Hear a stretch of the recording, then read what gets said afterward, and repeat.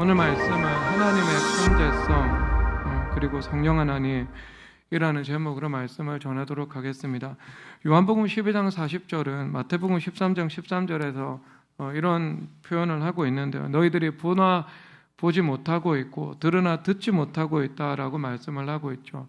본다는 것은 감각적인 인식이고 그것과 함께 인간의 이성적인 판단도 더해주는 것을 말씀을 하고 있습니다. 하지만 말씀과 성령으로 그 시각이 거듭나지 않은 사람은 하나님의 참된 지혜와 지식에 이룰 수 없다. 이것을 말씀하고 있는 겁니다. 보고 있지만 보지 못하고 듣고 있지만 듣지 못하고 있다. 이것을 말씀을 하고 있죠. 그래서 이것은 우리의 인식의 눈이 열릴 때 새로운 세계를 보는 지평이 열릴 수 있는 것을 표현하고 있는 겁니다. 하나님의 성품이나 속성은 만물에 분명히 알려지고 있습니다. 큰 틀에서는 이 만물에 존재하는 질서를 통해서 알 수 있고 또 우리가 요소를 통해서 이를 파악할 수 있습니다. 가령 하나님은 사랑이시다라고 말씀하고 있죠. 근데 그 반대편에서 사랑은 곧 하나님이시다라고도 표현하는 사람들이 있더라고요. 전자는 진리이지만 후자는요 매우 왜곡되고 오용될 수 있는 가능성을 다분히 가지고 있죠. 왜냐하면 지식이 없는 사랑은 사랑이 아니잖아요. 그러니까 조폭이 함께 범행을 모의하면서 우리는 서로 사랑한다라고 말을 할 때 그 사랑은 누구도 인정할 수 없는 사랑이죠. 거기 어떻게 하나님이 계시겠습니까? 자, 그렇다면 하나님은 사랑이시다라는 것들은 사회 다양한 모습을 통해서 알 수 있습니다. 이런 무역관계라는 것은 이윤을 추구하죠. 근데 성경에서는 이윤을 추구하는 것을 결코 제약시하고 있지 않습니다. 이 무역이라는 것이 왜 이 하나님 만드신 만물에서 성립이 되어 있는가? 이것은 하나님의 본질과 인간의 본질이 서로 다르기 때문입니다. 하나님은 충족적인 분이시죠. 하나님은 누군가를 의지하는 존재가 아닙니다. 그래서 나는 스스로 존재하는 자다라고 말씀을 하고 있죠. 하나님을 제외하고 모든 인간이나 피조물은요 의존적인 존재입니다. 독립자존하는 민족, 독립자존할 수 있는 개인, 그리고 심지어 독립자존할 수 있는 크고 작은 피조물은요 어느 것도 존재하지 않습니다. 지구도 태양의 필요로 하고 있고요. 태양도 마찬가지죠. 그러면 여러분 하나님만이 충족적인 존재고 인간은 의존적인 존재다라고 말을 하고 있는 것은 무엇을 우리에게 보여주고 있는가? 창세기 2장 18절 일단 함께 읽도록 하겠습니다. 여호와 하나님이 이르시되 사람이 혼자 사는 것이 좋지 아니하니 내가 그를 위하여 돕는 배필을 지으리라 하시니라. 아멘. 돕는 배필을 짓는다 말씀하고 있죠. 이 1차적인 의미는 아내는 남편을 돕는 자다라는 것을 말씀을 하고 있습니다. 그리고 두 번째 의미는요 상보적인 관계죠. 다른 환경과 다른 기질을 가지고 있는 부부가 만나서 연합의 결혼 관계를 만들어 나가는 거죠. 각각 자기 중심성이 있거든요. 남편의 자기 죽음과 아내의 자기 죽음을 통해 가지고요 예수님 중심으로 연합하는 것을 말씀을 하고 있는 겁니다.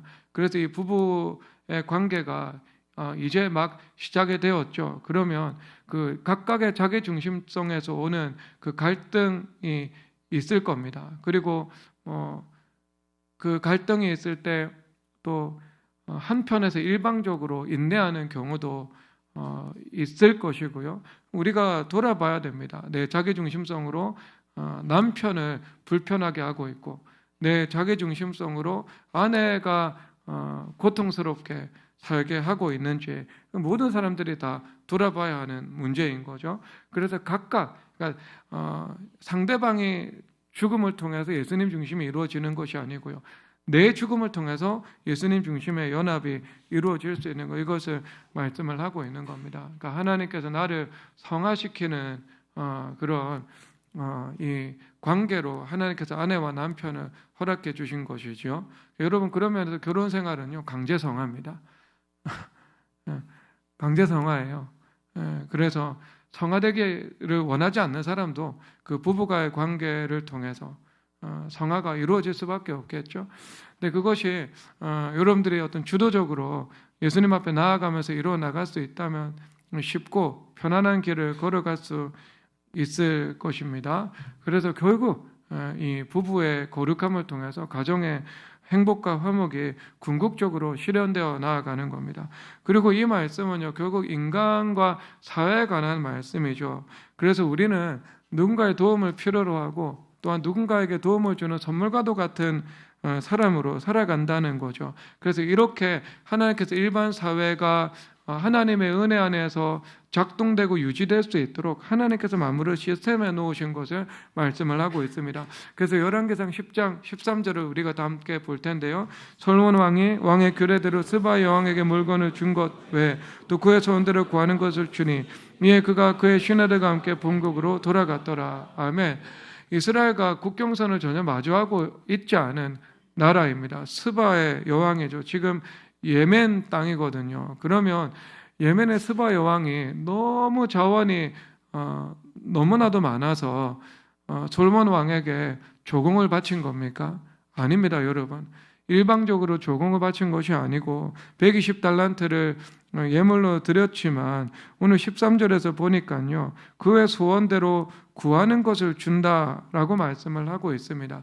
이것은 상호 후회적인 무역관계를 말하고 있는 겁니다. 120달란트를 드릴 뿐만 아니라 120달란트에 상응하는 물품을 받아서 간 거죠. 그래서 이 물품 교육을 통해서 본국에 가서 그 물품을 다시 재판매해서 이윤을 얻은 것을 말씀을 하고 있는 겁니다. 그래서 이것은 각자 하나님께서 주신 은사와 재능에 입각해서 재화와 서비스를 공급하고 그리고 그것을 공급받기도 하는 관계를 말씀을 하고 있는 겁니다. 즉 우리가 독립자존적인 존재가 아니라 의존적인 존재로 지음을 받았다는 것은요, 하나님께서 이 만물이 하나님은 사랑이시다라는 그 시스템 안에서 만들어졌고 운영되고 있는 것, 그리고 그것에 기대어서 우리도 하루하루를 살아갈 수 있는 것을 말씀을 하고 있는 겁니다. 그러니까 이 세상은 희귀꽃무리의 세상으로 지어진 것이 아니고요, 그러니까 상호 동역해서 살아갈 수 있는 세계로 만들어진 것을 의미하고 있는 겁니다.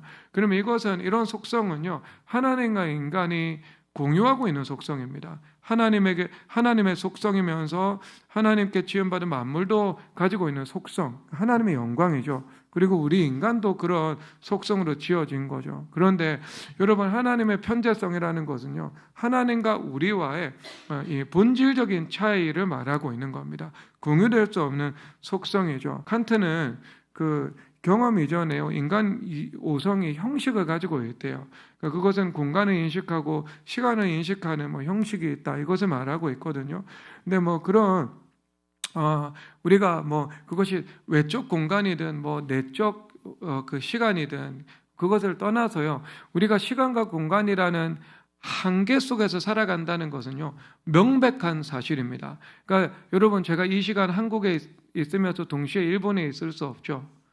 제가 한국에 있고 일본에 있다면 그것은 공간의 제약인데 시간의 다름을 통해서 한국에도 존재하고 일본에서도 존재할 수 있는 거잖아요.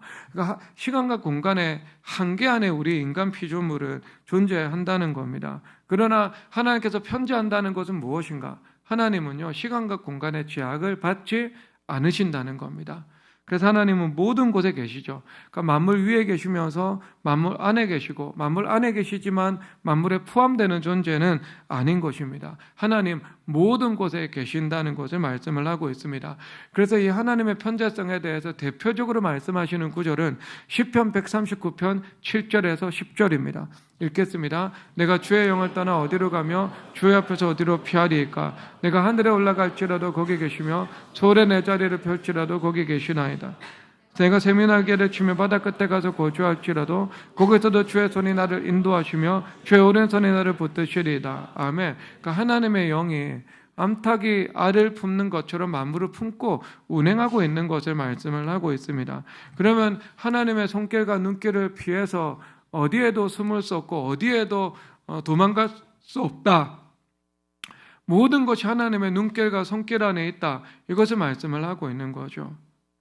여러분들의 일거수일투족이 하나님의 눈길 안에 있죠. 그리고 이 작게는 그렇고요. 그리고 이 크게는 이 만물의 전체 운영이요, 하나님의 손길에 붙들려 있다, 이것을 말씀을 하고 있습니다. 그래서 여러분, 이것을 이 만물과 불신자들에게는요, 하나님의 그 일반 은혜의 작용과 통치가 있습니다. 이것을 창세기 9장 6절에서 7절에서 대표적으로 그 시초를 보여주고 있는데요. 읽겠습니다. 다른 사람의 피를 흘리면 그 사람의 피도 흘릴 것이니 이는 하나님의 자기 형상대로 사람을 지으셨습니다. 너희는 생육하고 번성하여 땅에 가득하여 그 중에서 번성하라 하셨더라. 아멘. 노아의 홍수 이후에요, 노아의 8명의 가족과 하나님께서 언약을 맺으시죠. 그러니까 새로운 인류의 대표자들과 하나님께서 계약을 맺으신 겁니다. 생육 번성 충만하라고 말씀하고 있고, 그리고 여기서 중요한 것이 있는데, 다른 사람의 피를 흘리면 그 사람의 피도 흘릴 것이다 라고 말씀을 하고 있습니다. 여러분, 이것은 굉장히 이 폭넓은 이 인간 세상을 향한 하나님의 경영을 말씀을 하고 있거든요. 여러분, 톨스토이가 전쟁과 평화를 통해서요, 나폴레옹 몰락의 원인을 그리고 있거든요. 나폴레옹이 모스크바로 진입한 다음에요, 약탈을 금지하는 명령을 내립니다. 하지만 이 명령은 형식적 명령이죠. 왜냐하면 역사적으로 나폴레옹의 프랑스 군대는요, 모든 전쟁을 하는 나라에서 약탈이라는 수단을 통해서 군수 물자를 조달을 했습니다. 그러니까 자유, 평등, 박애라는 이념을 실현하고 유럽에 확산하기 위해서 유럽 전체를 전쟁의 참화로 이끌어 드리거든요. 근데 여러분, 그런데 약탈이라는 방법으로 자유, 평등, 박애라는 이념을 실현합니다. 여러분, 거기에 박애라는 것이 어디에 있습니까? 약탈의 박애가 어디에 있어요? 그래서 프랑스를 제외하고서는요, 모든 국가의 민중들은요, 나폴레옹의 군대를 저주했습니다. 환영하지 않았어요. 프랑스 사람들만 환호했던 거죠. 그것에 대해서 여러분은 일본군이 일본의 이념을 실현하기 위해서 한국군에 진군을 해서, 여러분, 나주 평야, 그 평야에 있는 모든 곡식들을 다 약탈해가면 여러분들은 일본군 환영할 수 있습니까? 못하잖아요. 상식적인 것이지 않겠습니까? 그런데 그 형식적인 명령이었고 모스크바를 약탈을 하죠. 그리고 그가 반포한 것은 농민과 수공업자와 상인들은 모두 돌아와서 정상적인 활동을 영위하라고 보고를 하거든요. 그리고 우리 프랑스군은 돈을 지급해서 물품을 사드리겠다고 말을 합니다. 그런데 그 수단은요, 프랑스가 이미 러시아 루브라를 위조 지폐를 만들어서 왔습니다. 그러니까 정상적인 그 프랑스와 러시아 화폐를 등가 교환해 가지고요 사용한다는 게 아니고 위조 지폐를 많이 만들어 와서 그 위조 지폐로 물품을 구매하겠다는 거죠. 여러분, 얼마나 이게 악한 일이겠습니까? 그래서 여러분, 모스크바에는요 그 프랑스가 만든 위조 지폐가 가득해지죠. 그러면 생각해 보세요. 약탈이 있고 위조 지폐가 횡행하고 있습니다. 그러면 여러분, 러시아의 농민과 수공업자들이 생산하겠습니까? 생산 안 하겠죠. 생산한 물품을 시장에 내어놓겠습니까? 내어놓지 않겠죠. 그러니까 모스크바 시내에서 물품이 자체를 감춰버리게 되는 거예요. 그래서 사실상 나폴레옹 군이 겨울을 충분히 지날 수 있는 물품이 모스크바 시내에 있었다라고 톨스토이가 전하고 있거든요.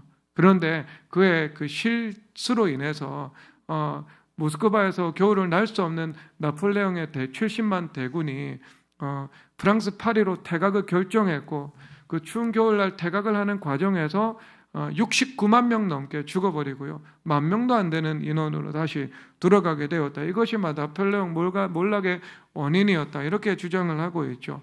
자, 여기서 다른 사람의 피를 흘리지 말라고 말씀을 하고 있죠. 이 말씀은요, 생명이라는 것은 사람의 소유의 대표잖아요. 그러면 이것은 다른 사람의 신체적인 자유와 다른 사람의 재산권 행사에 대해서 너희들이 침해해서는 안 된다, 이것을 말씀을 하고 있는 겁니다. 존중받아야 한다, 이것을 말씀하고 있죠.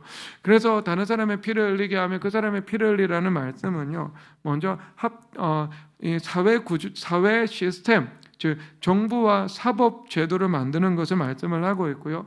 그리고 선과 악을 구분하는 인간의 보편적 양심을 말씀을 하고 있는 것이고요. 최종적으로는 누군가 다른 사람의 피를 흘리면 내가 그 사람의 피를 흘리겠다는 하나님의 심판에 대해서 말씀을 하고 있는 겁니다. 그렇죠. 하나님은 은혜롭고 자비로우신 분입니다. 오래 참으시죠. 그러나 하나님은 영원토록 심판을 면제하지 않습니다. 하나님의 현세에도 심판하시고요, 내세에는 반드시 최종적 심판이 있습니다. 그래서 로마서 6장 23절에서 이렇게 말씀하십니다. 죄의 삭은 사망이요 하나님의 여사는 그리스도에서 우리 주 안에 있는 영생이니라. 아멘. 그러니까 모든 죄에는요, 죄의 대가인 사망의 열매가 있다라고 말씀을 하고 있습니다. 이것은 죄 스스로 만들어내는 것이면서 그리고 율법의 고소와 심판이기도 한 거죠. 그래서 하나님께서 이런 다양한 이 하나님의 말씀을 통해서 여러분 이런 여러 가지가 분화해 나오죠. 모든 것이 하나님의 말씀 가운데 다 들어가 있거든요. 그래서 하나님께서 이 인간의 사회를 유지하고 발전시켜 나가는 거, 이것을 말씀을 하고 있는 겁니다. 그런데 여러분, 우리 신자들에게는요, 일반 은혜만 주어지는 것이 아닙니다. 일반 은혜는요, 온전한 것은 아닙니다. 왜냐하면 일반 은혜 안에 살아가는 사람들이 그래 공부 열심히 해서 성과가 나올 수 있죠. 하지만 그들 여러분 죽으면 지옥 가는 거죠. 예수님이 없어요. 하나님의 죄와 능력이신 그리스도와 동행하는 삶의 과정과 결과는 존재하지 않게 되는 겁니다. 그래서 예수님을 믿는 사람들은요, 무엇이 필요한? 특별 은혜가 필요한 거예요. 특별 은혜가 필요한 거. 그 특별하신 하나님의 은혜가 없는 사람은요, 요한복음 12장 40절과 같은 삶을 살아갑니다. 한번 읽겠습니다. 다시 읽겠습니다. 시작.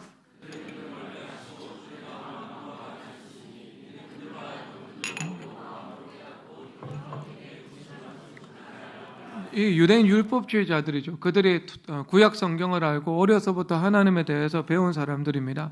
예수님 믿지 않고 십자가에 못 박죠. 그러니까 그들도 들으나 듣지 못하고 보나 보지 못한다. 여러분, 심지어 그들이 율법의 지식과 진리의 모본을 가진 자요, 어리석은 자의 교사, 율법을 자랑하는 사람이었습니다. 그럼에도 불구하고 보나 보지 못한다, 이런 말씀을 하고 있는 거죠. 그럼 우리가 이 유대인들에 관한 복합적인 좀 관점이 필요한데요.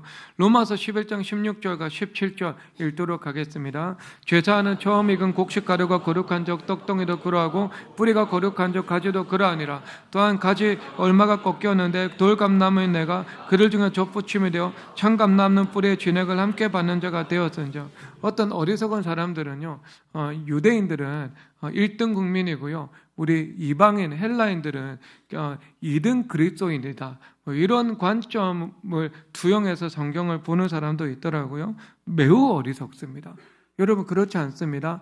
누가복음의 저자는 누가 사도죠. 누가 사도는요 헬라인이었습니다. 그럼 성경을 쓰신 헬라인 누가 사도는요 언제나 유대인 중에 가장 믿음이 약한 사람, 죽기 전에 구원받은 사람의 그 다음 서열이겠습니까? 말이 안 되는 거예요, 여러분. 그것은요, 그런 것은 우리가 매우 위험하기 때문에 경계해야 되는 신학입니다. 그럼 이 말씀은 무엇인가? 아브라함이 거룩하기 때문에 아브라함의 자손이 이스라엘 백성도 거룩하다, 이것을 말씀을 하고 있습니다. 근데 하나님의 경륜의 시계에서 유대인들이 예수님을 믿지 않았죠. 그 대신 이방인들이 예수님을 믿음으로 참감람나무 뿌리에 젖붙임을 받아서 참감람나무 가지, 즉 거룩한 가지로 살아갈 수 있게 되었음을 말씀하고 있는 겁니다. 그러면 때가 된다면은요, 역시 유대인들도 원감람나무 가지인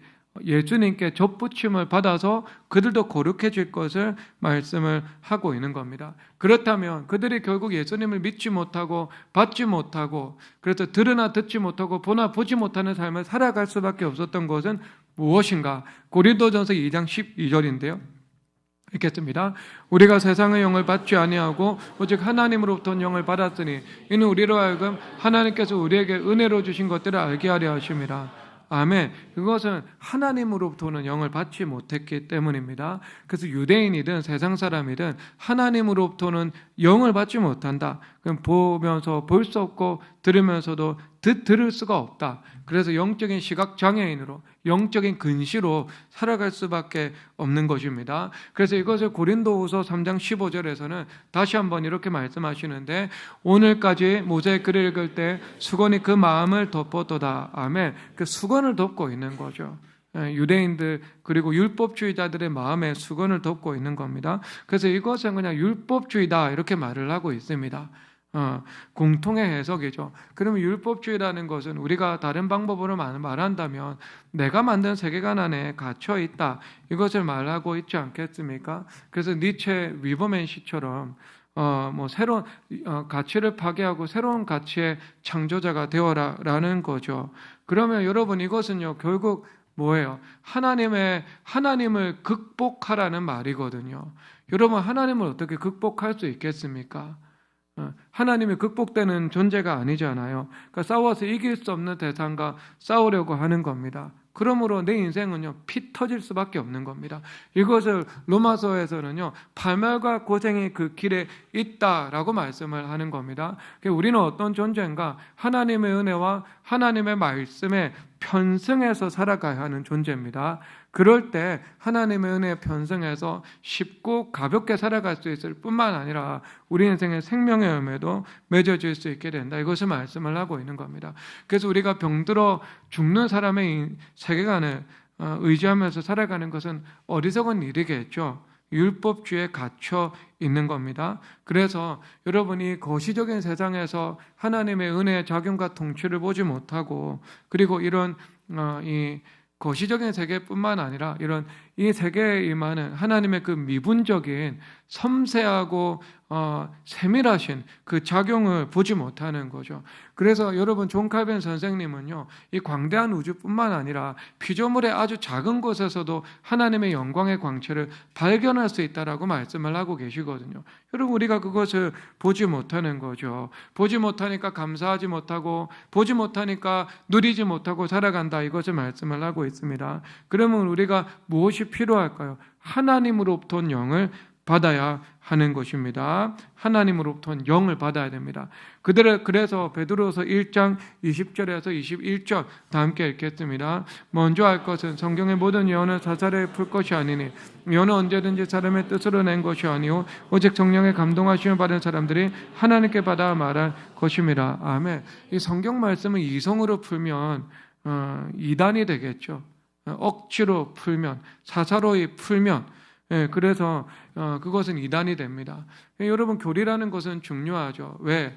하나님께서 그리스도의 몸인 교회를 보존하기 위해서요 하나님께서 교리를 세워나가시거든요. 섭리하시는 거예요. 섭리적인 은혜인 거예요. 교리는 어떻게 세워지는가? 수많은 이단과의 싸움을 통해서요 변증을 하고 그 신학을 세우거든요. 그 과정에서 교리가 세워지게 되는 겁니다. 그래서 정통 신학도 나오고요. 그리고 그 열매로 하나님께서 입증을 해 나가시는 거죠. 그래서 여러분 지금도 전 세계에서 복음주의 교회는요 왕성하게 복음을 전파하고 부흥을 하고 있습니다. 하지만 이 좌경화된 신학을 전파하는 교회 혹은 똑같은 건데요. 그 동성애 신학을 전파하는 교회는요 여러분 영원히 죽어가고 그리고 그 교회도요 예수님께서 떠나셔서 문을 닫게 되는 그 결과로 나타나게 되어 있습니다. 그러니까 그것은요 우리의 이성으로 억지로 성경을 풀기 때문에 나타나는 현상이죠. 성경이라는 것은 정확무한 하나님의 말씀이면서 성령에 의해서 영감된 말씀이잖아요. 그렇기 때문에 어떻게 해요? 성령 하나님에 의해서 1.1회까지 영감된 말씀이기 때문에 어떻게 해요? 성령 하나님의 조명하심을 받아야 빛 비추심을 받아야 우리가 성경을 온전히 이해할 수 있고 깨달을 수 있다. 그리고 교리라는 등불의 지도를 우리는 받아야 한다. 이것을 말씀을 하고 있는 것입니다. 그러니까 여러분 성령 하나님 없으면 이성으로 성경을 파면 그것은 지식적인 그런 이 율법주의에 빠질 수밖에 없는 거죠. 유대인들이 걸어갔고, 그리고 아주 극단에서는요, 신천지 같은 이단이 걸어가는 악한 길인 것입니다. 사도행전 1장 4절에서 5절 보도록 하겠습니다. 사도와 함께 모이사 그들에게 분부하여 이르시되 예루살렘을 떠나지 말고 내게서 들은 바 아버지께서 약속하신 것을 기다리라. 요한은 물로 세례를 베풀었으나 너는 면달이 못되어 성령으로 세례를 받으리라 하셨느니라. 아멘. 예루살렘을 떠나지 말고 약속하신 것을 기다리라 말씀하고 있습니다. 예루살렘 성전은요, 교회 성전이 되죠. 그럼 이것은 우리가 교회 안에서 예배하고 말씀 듣고 기도하는 삶을 살아갈 때 성령 하나님께서 우리 가운데 들어오신다. 성령 하나님께서 우리 가운데 충만하게 임하신다. 이것을 말씀을 하고 있는 겁니다. 그래서 존 칼빈 선생님께서 말씀하시는데, 교회라는 몸에 젖붙임 받기 전에는 아무리 뛰어난 사람도 무지 속에 있을 수밖에 없고, 또 성령 하나님께서 우리 마음 가운데 참된 믿음으로 확증해 주셔야 우리가 교회에 속한 하나님의 자녀로 하나님의 말씀, 교훈을 받을 수 있을 것이다 라고 말씀하고 있습니다. 두 가지가 있죠. 그리스도의 몸에 교회 젖붙임을 받는 것, 그리고 성령 하나님께서 우리 안에 들어오셔서 약속을 확증해 주시는 것. 이 두 가지가 우리 안에 필요하다. 그럴 때 교회에 속한 하나님의 백성들이 하나님의 교훈을 받으며 살아갈 수 있다. 이것을 말씀을 하고 계신 것입니다. 자, 그러면 여러분 다시 이 본론으로 돌아가겠습니다. 하나님의 편재성입니다. 오늘 말씀의 핵심은요, 하나님 모든 곳에 계시죠. 하나님 모든 곳에 계신다는 것은요, 우리 인생의 모든 국면에 하나님 계시죠. 그리고 우리의 삶이 펼쳐지는 모든 시공간의 영역 속에 하나님께서 계시죠. 위기 속에서도 계시고요, 위기를 극복하는 것 가운데도 계십니다. 그리고 내가 인생에서 누군가와 밥을 먹고 차를 마시고 일상의 대화를 주고받는 그 모든 순간순간마다 언제나 예수 그리스도의 영이 함께하고 계신다는 것을 말씀을 하고 있는 것입니다. 여러분, 그렇다면 여러분, 우리가 어디서든 그 하나님의 함께하심을 보고 경험할 수 있다, 이것을 말씀을 하고 있는 겁니다. 그러니까 이것은 우리의 당이죠. 하나님 모든 곳에 계시니까 우리는 삶의 모든 곳에서 예수님을 보고 느끼고 누리고 경험하고 살아가야 하는 것, 이것이 우리 인생의 당위적인 명제로 주어진다는 것을 의미하는 겁니다. 해야만 하고 할 수 있는 것입니다. 그래서 시편 18편 25절에서 27절 이렇게 말씀하십니다. 다 함께 읽겠습니다. 자비로운 자에게는 주의 자비로우심을 나타내시며 완전한 자에게는 주의 완전하심을 보이시며 깨끗한 자에게는 주의 깨끗함을 보이시며 사악한 자에게는 주의 거스르심을 보이시리니 주께서 공고한 백성을 구원하시고 교만한 눈은 낮추시리이다. 아멘. 그러니까 여러분, 우리의 어떠함대로 하나님께서 우리를 만나 주신다는 것을 말씀을 하고 있는 겁니다. 그러니까 우리가 누군가를 긍휼히 여기는 현장에서는요, 긍휼히 여기시는 하나님을 우리도 만날 수 있다, 이것을 말씀을 하고 있죠. 그래서 주의 자비로운 자에게는 주의 자비로우심을 보이신다 말씀하는 거죠. 완전한 자, 이거 완벽한 사람은 아니지만 또 주님 앞에서 온전함을 이루어 나가는 자, 현재 진행형의 사람입니다. 그런 사람에게는요, 하나님의 그 완전하신 계획을 주님께서 보이신다, 이것을 말씀을 하고 있겠네요. 자, 그러면 우리가 주님을 만날 수 있는 거예요. 그러면 예를 들어 악인의 교만이 낮아지는 현장에서 악인의 교만을 심판하시는 하나님을 우리는 볼 수도 있겠네요. 그리고 하나님의 사랑을 입은 성도들은 하나님께서 그 교만이 겸손이 되는 길로 인도해 나가시죠. 그래서 우리가 겸손함과 안전함으로 높은 길을 다시 다닐 수 있는 인격이 되도록 우리의 마음을 준비해 나가는 거예요. 그래서 신자들이 낮아지는 것은요, 하나님의 계획에, 하나님의 사랑의 프로토콜이 우리 인생에 발동되고 있는 것을 말씀을 하고 있는 겁니다. 그래서 여러분, 우리는 나의 낮아짐의 현장 속에서 하나님의 사랑을 우리는 볼 수 있는 것입니다.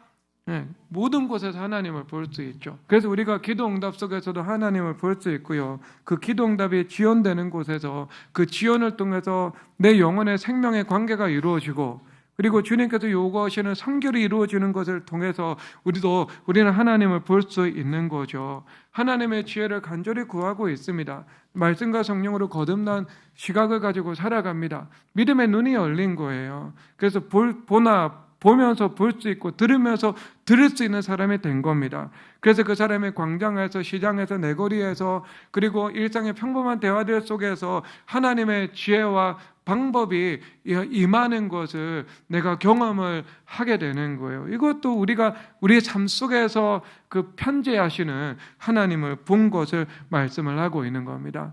그렇다면 그 하나님을 여러분 우리가 일상의 삶 속에서 경험하고 보고 느끼고 누리고 살아가기 위해서 필요한 것이 무엇인가? 그것은 세상의 영이 아니고 하나님으로부터 온 영을 받아야 하는 것, 이것을 말씀을 하고 있는 겁니다. 그래서 마지막 누가복음 11장 13절 다 함께 읽도록 하겠습니다.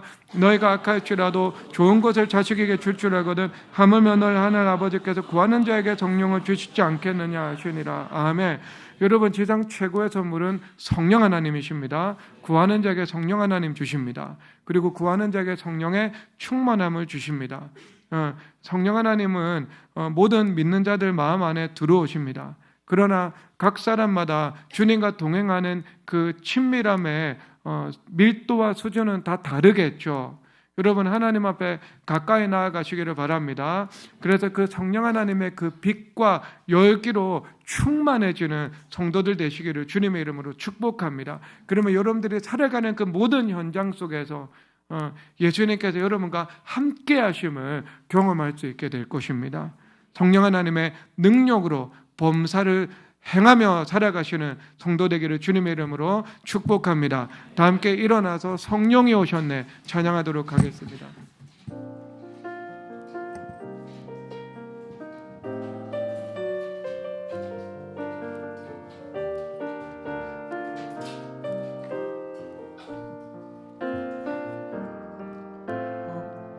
무한 시절 지날 때 깊은 한숨 내쉴 때 그런 풍경 보시며 탄식하는 분 있네.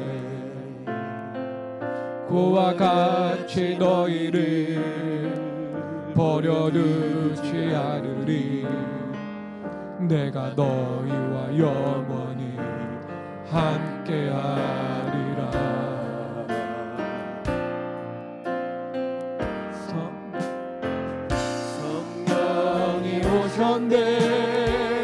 성령이 오셨네.